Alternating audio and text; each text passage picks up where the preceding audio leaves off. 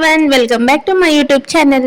ಮಲೆನಾಡು ಭಾಷೆಯಲ್ಲಿ ಮಾಡುವಂತ ಈ ಒಂದು ಅಪ್ಪೆ ಸಾರನ್ನ ನಾನು ಸಹ ಟ್ರೈ ಮಾಡೋಣ. ಯಾವ ತರ ಬರುತ್ತೆ, ಟೇಸ್ಟ್ ಹೇಗಿರುತ್ತೆ. ಮಾವಿನಕಾಯಿನ ಈ ತರ ಕಟ್ ಮಾಡ್ಕೊಂಡು ಹಾಗೆ ಒಂದು ಪಾತ್ರೆಗೆ ನೀರ್ನ ಹಾಕ್ಬಿಟ್ಟು ಅದು ಮಾವಿನಕಾಯಿ ಹೆಚ್ಚಿಟ್ಕೊಂಡಿರುವಂತ ಅದನ್ನ ಸೇರಿಸ್ಕೊಳ್ಳೋಣ. ಆನಂತರ ಇದಕ್ಕೆ ಪೆಪ್ಪರ್ ಸ್ವಲ್ಪ ಕರಿಬೇವು, 1 ಸ್ಪೂನ್ ಪೆಪ್ಪರ್ ಪೌಡರ್, ಉಪ್ಪು ಹಾಗೆ ಸ್ವಲ್ಪ ಬೆಲ್ಲನ ಸೇರಿಸ್ಕೊಂಡು ಚೆನ್ನಾಗಿ ಇದನ್ನ ಕುದಿಸ್ಕೊಳ್ಳೋಣ.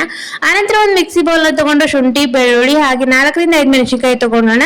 ಹಾಗೆ ನಾವು ಕುದಿಸಿಟ್ಕೊಂಡಿರುವಂತ ಮಾವಿನಕಾಯಿನೆಲ್ಲ ಸೇರಿಸ್ಕೊಂಡು ನಾವು ಈ ತರ ಪೇಸ್ಟ್ ಮಾಡ್ಕೊಳ್ಳೋಣ. ಆನಂತರ ಒಂದು ಸ್ಟವ್ ಆನ್ ಮಾಡಿ ಒಂದು ಪಾತ್ರೆನ ಇಟ್ಕೊಂಡು 2 ಸ್ಪೂನ್ ಎಣ್ಣೆನ ಹಾಕೊಂಡು ಜೀರಿಗೆ, ಸಾಸಿವೆ ಹಾಕೊಳ್ಳೋಣ. ಸ್ವಲ್ಪ ಕರಿಬೇವು ಸೇರಿಸ್ಕೊಂಡು ಆನಂತರ ನಾವು ಪೇಸ್ಟ್ ಮಾಡ್ಕೊಂಡಿರುವಂತ ಎಣ್ಣೆಯಲ್ಲಿ ಹಾಕಿ 1-2 ನಿಮಿಷ ನಾವು ಫ್ರೈ ಮಾಡ್ಕೊಂಡು ಹಾಗೆ ನಮ್ಗೆ ಎಷ್ಟು ಇರ್ಬೇಕೋ ನೋಡಿ ಅಷ್ಟು ನಾವು ನೀರ್ನ ಸೇರಿಸ್ಕೊಳ್ಬೇಕು. ಇದಕ್ಕೆ ರುಚಿಗೆ ತಕ್ಕಷ್ಟು ಉಪ್ಪು ಹಾಗೆ ಸ್ವಲ್ಪ ಬೆಲ್ಲನ ಸೇರಿಸ್ಕೊಂಡು ಚೆನ್ನಾಗಿ ನಾವು ಇದನ್ನ ಕುದಿಸ್ಕೊಳ್ಳೋಣ. ನಾವು ಯಾವ ತರ ಕುದಿಸ್ಕೊಳ್ತೀವಿ ನೋಡಿ ಆ ತರ ಇದು ಥಿಕ್ನೆಸ್ ಬರುತ್ತೆ.